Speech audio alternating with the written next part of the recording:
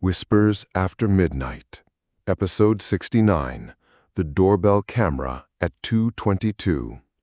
The person who sent this in, we'll call them Graham, said it began as one of those small things you try to explain away because the alternative feels ridiculous. At first, Graham noticed it only in passing, a sound at the wrong hour, a light where there should not have been one, a feeling that the room had gone colder than the rest of the house, nothing dramatic enough to tell another person without sounding tired or anxious. But the second night, it happened again. This time, Graham paid attention. The house was quiet. The street outside was quiet. Even the refrigerator seemed to stop humming for a moment, like the whole place was holding its breath.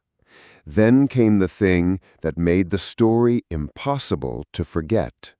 The camera saw the visitor every night. It never captured a face. Graham says they stood there for several seconds, waiting for their mind to fix the mistake. It did not. Whatever was happening stayed exactly as it was, calm and deliberate, as if it wanted to be noticed. They checked the obvious explanations: phones, windows, reflections, neighbors, old wiring, drafts. Every normal answer made sense until they tried to apply it to the details. Then it fell apart. On the third night, Graham decided to record it.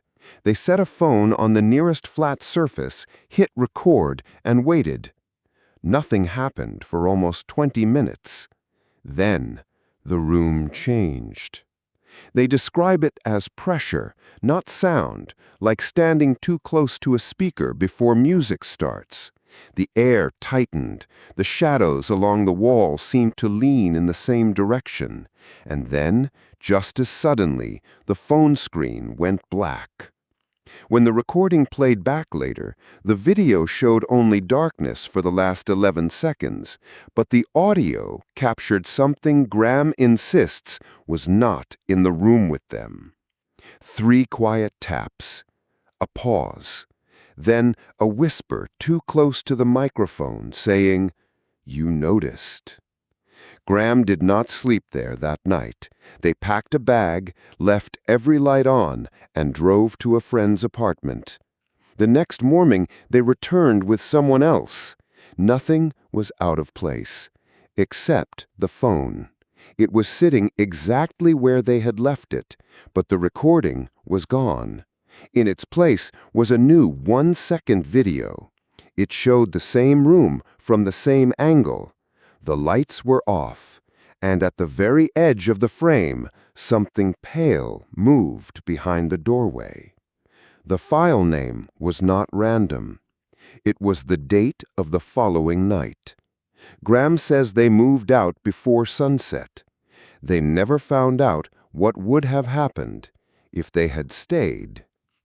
They sent us this account with one request: if we tell it, do not use the real address. We won't.